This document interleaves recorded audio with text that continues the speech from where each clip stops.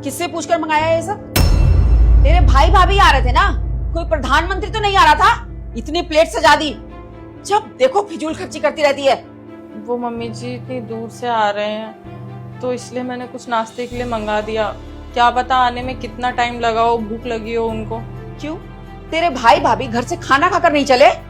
घर से खाना खा के निकले होंगे, लेकिन सुबह के निकले हुए हैं। आपको पता है ना कितनी दूर है, आते आते लंच का टाइम हो जाएगा, इसलिए मंगा लिया था।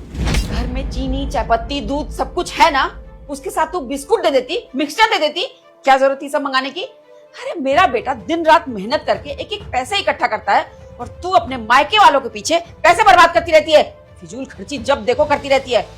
खैर कोई बात नहीं, इस बार मंगा लिया है, चल गया। आइंदा कुछ भी मंगाने से पहले ना मुझसे पूछना, वरना मुझसे बुरा कोई नहीं होगा।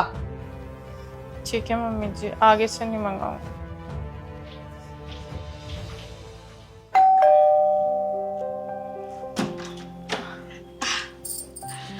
आने में कोई प्रॉब्लम तो नहीं हुई? नहीं। और दीदी कैसी हो? मैं बिल्कुल ठीक हूँ, आओ बैठो।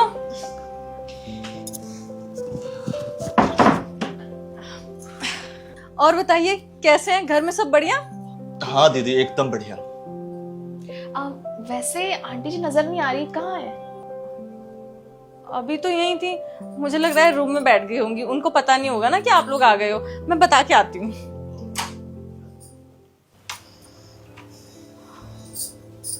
मम्मी जी, वो भैया भाभी आपको पूछ रहे थे तो आप बाहर आ जाते, थोड़ा बैठ जाते उनके साथ। देख, मेरे सर में बहुत तेज दर्द हो रहा है, मैं उनको एंटरटेन नहीं कर सकती।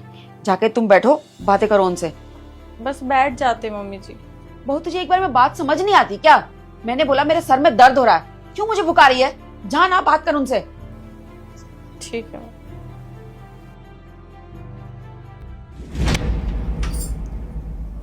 वो बोल रही हैं कि उनके सर में थोड़ा दर्द हो रहा है, तो अभी डिस्टर्ब नहीं करते हैं, थोड़ा आराम करने देते हैं।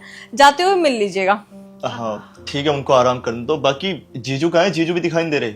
जीजू ना ऑफिस गए हुए हैं, पर मैंने उनको बता दिया था कि आप दोनों आने वाले हो, तो वो भी आ ही रहे होंगे। लो, आ ही गए। क्या हाल है जी, कैसे हैं आप? मैं बढ़िया जीजू, आप बताओ। नमस्ते। बैठो बैठो। अरे शताक्षी, कुछ दिया नहीं खाने के लिए? जूस वगैरह लेकर आओ ना। लीजिए लीजिए। अरे अभी तो आए थे, मैं लगाने वाली थी, इतने आप भी आ गए। अच्छा भी आए थे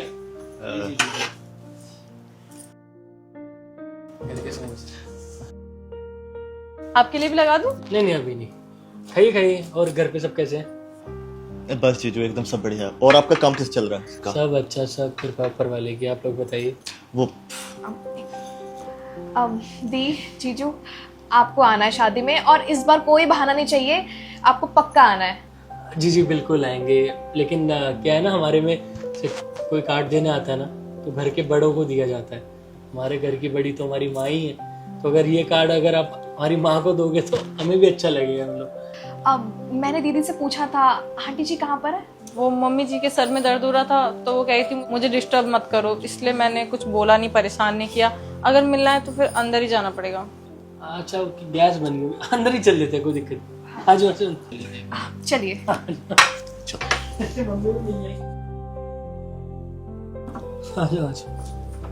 मम्मी क्या हुआ, ज्यादा तबीयत खराब है क्या? नहीं बेटा, ठीक हो जाएगा, अभी हो ही जाता है कभी कभी। आंटी जी, वो इनके छोटे भाई की ना शादी है, तो आपको जरूर आना है, हम आपको इनवाइट करने के लिए आए हैं। अब ये लो शादी का कार्ड। कुछ नाश्ता किया आप लोगों ने? हाँ जी, नाश्ता कर लिया है। वैसे आपकी तबीयत तो ठीक है ना? हाँ ठीक हो। कोई नहीं, आप आराम करिए, हम बैठे हैं हमारे जरा। नमस्ते आंटी। नमस्ते। चलो ठीक है दीदी, हम लोग चलते हैं। और हाँ, मम्मी शिकायत करे तुम उनको याद नहीं करती, बात कर लिया करो उनसे। बिल्कुल, कॉल कर लूंगी। और हाँ दीदी, इस बार आपको ना एक हफ्ता पहले आ जाना है, मुझे ना कोई बहाना नहीं सुनना आपका। मैं तो महीने भर पहले आके बैठ जाऊंगी। हाँ, ये ठीक रहेगा। चलिए मिलते हैं। चले। मैंने छोड़ के आता हूँ। गए तेरे भाई भाभी? मुझे एक बात बता, इतना फिजूल खर्ची करने के लिए किसने बोला था तुझे? अरे घर में जो सामान पड़ा हुआ था उससे कुछ बना के उनको खिला दिया होता। मेरा बेटा इतनी मेहनत करके कमा के लाता है और तू जब देखो फिजूल खर्ची करती रहती हो। मम्मी तबीयत ठीक होगी आपकी? कमरे से बाहर कैसे आ गए? मेरी तबीयत ना इसके मायके वालों को देख के ज्यादा खराब हो जाता है। मेरे सर में दर्द हो जाता है, बीपी बढ़ जाता है मेरा। क्यों, क्या हो गया? इसके मायके वाले कुछ कहते हैं क्या आपको? अब बेटा तू ही देख ले, तू कितनी मेहनत करके इस घर को चला रहा है, पैसे इकट्ठे कर रहा है, और ये इसके मायके वाले आते नहीं है, इसकी फिजूल खर्ची पहले शुरू हो जाती है। क्या जरूरत थी? नहीं मुझे बता, ये सब मंगाने की क्या जरूरत थी? घर में इतना कुछ पड़ा हुआ था, कुछ भी बना के खिला देती, पर नहीं, इनको तो फिजूल खर्ची करनी है जी। अरे तो कौन सा गलत कर दिया? कुछ 200-500 में मैं क्या गरीब हो जाऊंगा क्या? लाखों का खर्चा थोड़ी कर दिया।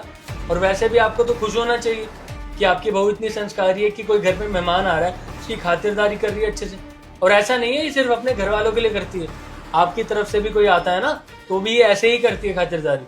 मम्मी जी उज्जवल सही तो कह रहे हैं, ये तो एक संस्कार की बात होती है ना। अब मुझे आप ही बताइए, वो इतनी दूर से आए थे, अगर मैं उनको चाय पिला के भेज देती तो हमारे घर की क्या इज्जत रह जाती? वो तो यही बोलते ना कि इनके घर गए इतने दूर से, सिर्फ चाय पिला के भेज दिया, क्या इनके ससुराल में कुछ है नहीं? 4 जगह बातें ही तो होती। हाँ तो 4 लोगों में बातें ही कर सकते हैं, वो और कुछ नहीं कर सकते। भेज दिया ना अपनी बेटी को ऐसे ही, खाली हाथ हिलाती हुई चली आई है, आई बड़ा मुझे समझाने वाली। अरे मम्मी, किसी ने अपनी बेटी दे दी, अपने घर की लक्ष्मी हमें सौंप दी, आपको और भी लालच है चीजों का? किसी चीज की कमी है आपको? पापा ने कभी किसी चीज की कमी दी, या मैं कभी किसी चीज की कमी होने देता हूँ? घर में अच्छा खाते, अच्छा पीते, अच्छा पहनते हैं, हर एक चीज है हमारे घर में, और किस चीज की कमी है? अपनी ना सोच बदलो थोड़ी। और तुम भी, अगर इनके मायके से कोई आता है ना घर पे, तो तुम भी इनकी तरह नाटक करना और अंदर कमरे में जाकर बैठ जाना, ठीक है ना? उज्जवल, ये क्या सिखा रहा है तू बहू को? मेरे मायके वाले आएंगे, वो पूछेंगे बहू कहाँ है, मैं क्या जवाब दूंगी? ये क्या सिखा रहा है तू उल्टी सीधी बातें? वही जवाब देना जो सदाक्षी ने अपने मायके वालों को दिया था। चलो अंदर आराम करो।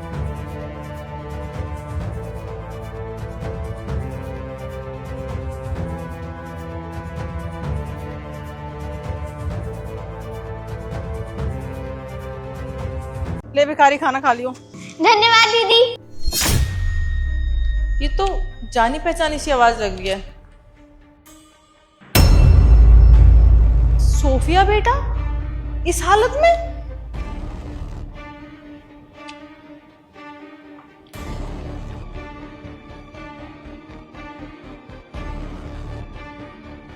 बेटा बहुत तेज भूख लगी थी। हाँ दीदी, कल से कुछ खाया नहीं है।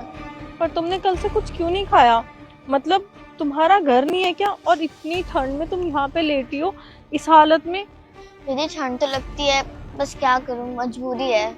लेकिन बेटा ऐसी भी क्या मजबूरी? जब मम्मी पापा है तो तुम घर जाओ ना, उनके साथ रहो, वो तुम्हारा ध्यान रखेंगे। अरे नहीं नहीं दीदी, मम्मी पापा तो हैं, बहुत लंबी कहानी है, आप जानकर क्या ही करोगी। बेटा प्लीज मुझे बताओ, मुझे तुम्हें इस हालत में देख के बिल्कुल अच्छा नहीं लग रहा। अभी तुम्हारी उम्र ही क्या है, कितनी छोटी सी जान हो तुम, और ऐसे रोड पे। दीदी आप इतना पूछ रही है तो बता ही देती हूँ। मेरे ना पापा भी थे और मम्मी भी थी, हम लोग बहुत खुश रहते थे। फिर मेरे पापा की डेथ हो गई, फिर ना मेरी मम्मी ने दूसरी शादी करी, और जो मेरे नए पापा ना, उन्हें मैं बिल्कुल अच्छी नहीं लगती थी, वो बहुत गंदे थे।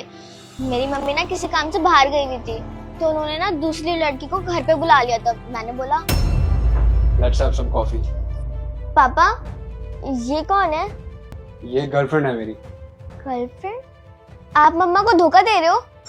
मैं तुम्हारी मम्मी से कभी प्यार करता ही नहीं था, समझ में आई? उसके साथ तो मैं सिर्फ पैसे के लिए जुड़ा हूँ, प्यार तो मैं इससे करता हूँ। मैं मम्मा को सब सच बता दूंगी, फिर मम्मा ना आप घर से बाहर निकाल देंगी। क्या बोला तूने? तेरी मम्मा इनको घर से बाहर निकालेंगी, तुझे तो घर से मैं बाहर निकालूंगी। इधर आ। रुको, छोड़ो मेरा हाथ, छोड़ो छोड़ो। चल बाहर निकल घर से। तो बस उन्होंने मुझे घर से बाहर निकाल दिया, इसलिए मैं यहाँ रहती हूँ। कोई आके खाना दे जाता है तो मैं खा लेती हूँ, नहीं तो पूरे दिन भूखा ही रहना पड़ता है। तो बेटा आपने अपनी मम्मी को सब कुछ बताने का ट्राई नहीं करा, कॉल करने का या फिर कुछ भी ऐसा? नहीं दीदी, मैंने बताने की तो बहुत कोशिश करी थी, लेकिन जब तक बहुत देर हो चुकी थी उन्होंने मुझे घर से निकाल दिया था। मैं चाहती हूँ कि मुझे मेरी मम्मी दोबारा मिल जाए, फिर मैं उनके साथ ही रहूंगी। और दीदी अब तो मैं कुछ कर भी नहीं सकती, और ना ही मेरे पास फोन है, ना ही मुझे मम्मी का नंबर पता। मम्मी किसी काम से बाहर गए हुए हैं ना, इस वजह से। अच्छा, तो आप चाहते हो आपकी मम्मी वापस आ जाए? अगर आपकी मम्मी वापस आ जाएगी सब कुछ ठीक हो जाएगा ना?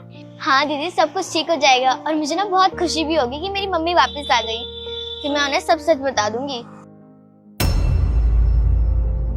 बेटा कुछ भी सच बताने की जरूरत नहीं है, आपकी मम्मा ने सब कुछ सुन लिया, और अब तुम्हें ऐसे रोड पे सोने की जरूरत नहीं है। मुझे तो यकीन ही नहीं होता कि चिराग ने तुम्हारे साथ ऐसा किया। लेकिन बेटा तुमने मुझे पहले क्यों नहीं बताया? तुम्हारे साथ इतना सब कुछ हो गया। मम्मी, जब आपने शादी की थी तो मैंने आपसे बोला था कि ये अच्छे अंकल नहीं है, लेकिन आपने मेरी नहीं सुनी और देखो आज क्या हो गया। सॉरी बेटा, मैंने तुम्हारी बात नहीं सुनी, उसके लिए मुझे माफ कर देना। लेकिन पता नहीं मैंने उसकी बातों पे कैसे यकीन कर लिया। वो मुझे तो ऐसा दिखाता था कि वो तुमसे बहुत प्यार करता है, मुझसे बहुत प्यार करता है, और वो ऐसा कभी भी नहीं कर सकता। मैं तो कभी सोच ही नहीं सकती कि चिराग ऐसा कर सकता है जिससे मैं इतना प्यार करती हूँ। छोड़ो, इसको रखो। अब मम्मा आ गई है ना, अब सब कुछ ठीक हो जाएगा। उन गंदे पापा को घर से निकाल देंगे। चलो आप मेरे साथ। देविका, मैं निकल रही हूँ, अपने साहब को उठा देना, टाइम से काम कंप्लीट कर लेना और निकल जाना, ठीक है? ठीक है दीदी।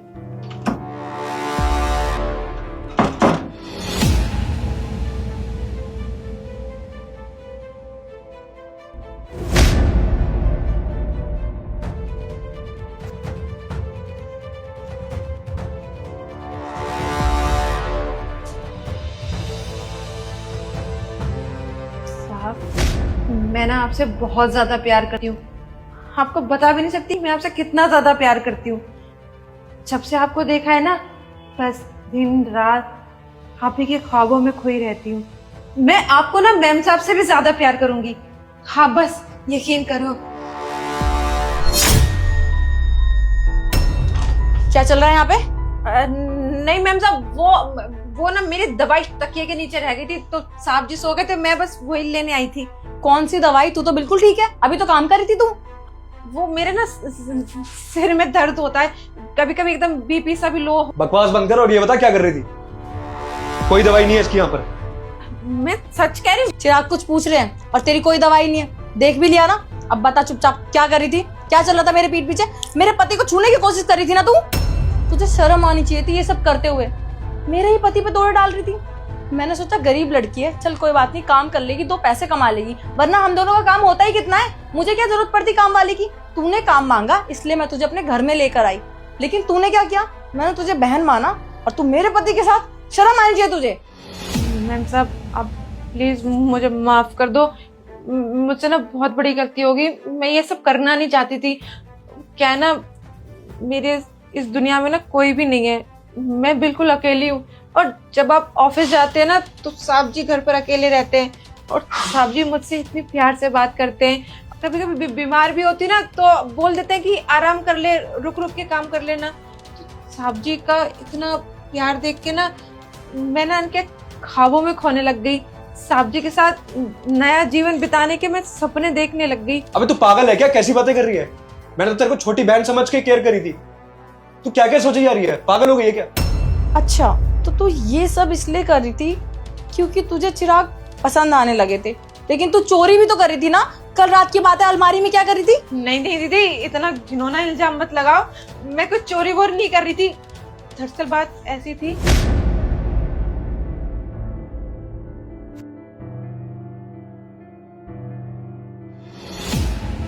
ओए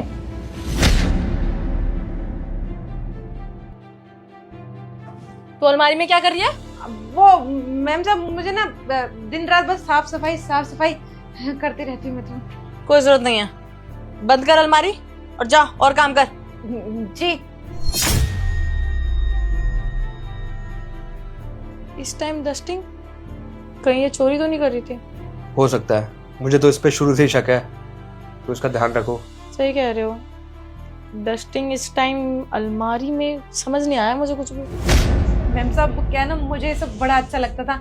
साहब जी की चीजें, साहब जी की घड़ी, साहब जी की शर्ट, वो ऐसा फुसफुस वाला करके वो खुशबू वाला लगाते थे ना, बड़ी महक आती थी। ऐसा लगता था जैसे साहब जी करीब है।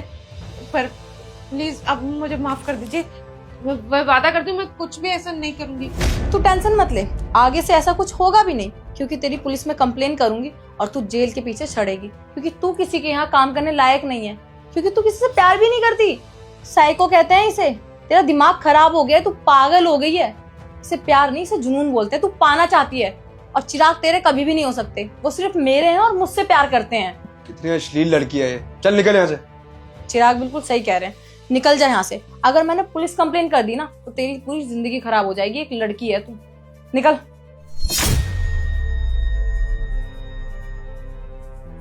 अच्छा हुआ हमें पता चल गया, वरना क्या हो जाता यार, मेरा तो सर दर्द हो गया।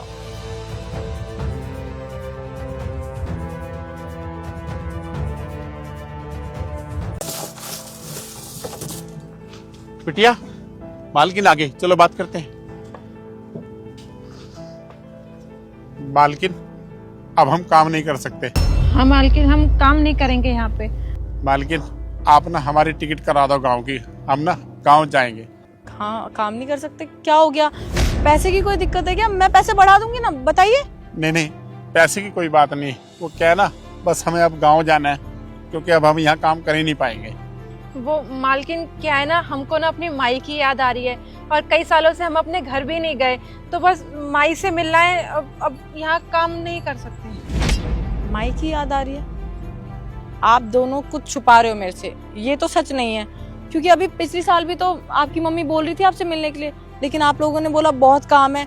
और अगर ऐसी कोई प्रॉब्लम है तो उनको यहीं बुला लीजिए ना। आपको तो पता है मैं सब कुछ आपके भरोसे छोड़ के जाती हूँ, और अभी भी एक इम्पोर्टेंट मीटिंग में जाना है मुझे। ये सब मैं किसके भरोसे छोड़ूंगी अगर आप लोग चले जाओगे तो? मालकिन, हम जानते हैं आप हमें ना अपने पापा की तरह रखती हो, लेकिन क्या है ना, जब हमारी इज्जत ही नहीं रहेगी तो हम यहाँ काम कैसे करेंगे? इज्जत नहीं है? अंकल जी कैसी बात कर रहे हो? मैं तो आपकी इतनी रिस्पेक्ट करती हूँ, आपको अपने पापा जैसा मांगती हूँ, इसको अपनी छोटी बहन मानती हूँ। क्या हो गया है आप लोगों को? वो मैडम क्या है ना, छोटे साहब जब से आए ना, उन्होंने हमारी बिटिया के साथ ना बदतमीजी की। छोटे साहब भाई ने क्या किया उसने? मालकिन बाबूजी बिल्कुल सही कह रहे हैं। छोटे मालिक जब से शहर से पढ़कर आए ना, हमसे बदतमीजी से बात करते हैं और बहुत ही गंदी निगाहों से देखते हैं, छूते हैं। मालकिन आज सुबह तो हद ही हो गई। क्या कर रही हो अकेले अकेले? छोटे मालिक आप? अरे क्या बात, तुम तो पहले से ही बहुत ज्यादा हॉट हो गई हो। कुछ काम था क्या आपको? काम तो नहीं, क्या हमेशा घास फूस में लगी रहती हो? पार्टी वार्टी करते हो या नहीं? देखो मालिक, हम कोई ऐसी वैसी लड़की नहीं है, अब हमें अपना काम करने दीजिए। अरे काम करने के लिए पूरी जिंदगी पड़ी है। एक काम कर, मेरे साथ पार्टी में चल, मैं तुझे वन पीस ड्रेस दिलाता हूँ जो तुझ पे बहुत ज्यादा सूट करेगी और ज्यादा हॉट लगेगी। देखो मालिक, अगर आप थोड़ी देर में यहाँ से नहीं गए ना तो मैं मालकिन को बता दूंगी कि आप मेरे साथ बदतमीजी कर रहे थे। तू मालकिन को बताएगी? तुझे पता भी है घर में ना मेरी ही चलती है बस। अगर मालकिन को मैंने खुद जाकर बता दिया ना, वो खुद धक्के मार के बाहर निकाल देगी तुझे। चल मेरे साथ। मालिक मेरा हाथ छोड़ दीजिए ना। तुझे तो मैं बताता हूँ। शुएब ने सच में ऐसा किया? हाँ मालकिन। उसकी तरफ से मैं आपसे माफी मांगती हूँ। उसको तो 2 थप्पड़ पड़ेंगे ना, सारी अकल ठिकाने आ जाएगी। आज बताती हूँ उसको। मुझे माफ कर देना उसकी तरफ से। जब से वो शहर से आया है ना, बहुत बिगड़ गया है, पता नहीं क्या क्या करता रहता है। माफ कर दीजिए उसकी तरफ से, मुझे आगे से ऐसा कभी भी नहीं होगा। नहीं नहीं, आप क्यों सॉरी बोल रही हो? वो क्या है ना, हम मानते हैं आप हमें अपने पापा की तरह रखते हैं, लेकिन छोटे मालिक जो है ना, वो बहुत बदतमीजी करते हैं। वो तो आपकी शर्म है, वरना हमारा हाथ उठ जाता। अगर हम कुछ कर देंगे ना तो फिर हमें भी अच्छा नहीं लगेगा। हम गांव जा करके ना कोई काम धंधा देख लेंगे, 2 रोटी नहीं कमा लेंगे। मालकिन बाबूजी बिल्कुल सही कह रहे हैं। अब आप ही सोचिए ना, जहाँ पर एक लड़की की इज्जत नहीं हो वहाँ पे काम करना क्या सही है? आप भी तो एक लड़की है ना मालकिन, आप तो कितनी बड़ी बड़ी कंपनी में काम करती है। अगर वहाँ पे आपके साथ कोई बदतमीजी करे, गलत व्यवहार करे, तो क्या वहाँ पे काम करेंगी? ये सब बोल के तुम मुझे शर्मिंदा मत करो। मुझे बहुत बुरा लग रहा है कि मेरे भाई ने तुम्हारे साथ बदतमीजी करी है। अंकल जी को मैं अपने पापा की तरह मानती हूँ। पापा के जाने के बाद सारा काम अंकल जी ने संभाला है। मेरे पीठ पीछे सब कुछ देखते रहते हैं। मुझे तो ये सारा काम आता भी नहीं है।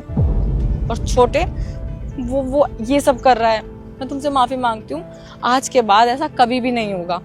अंकल जी प्लीज अपनी छोटी बेटी समझ के मुझे माफ कर दीजिए। उसको अपनी छोटा बेटा समझो, और कुछ भी करे ना तो आप उसे डांट सकते हो। आपको पूरा हक बनता है उसके ऊपर।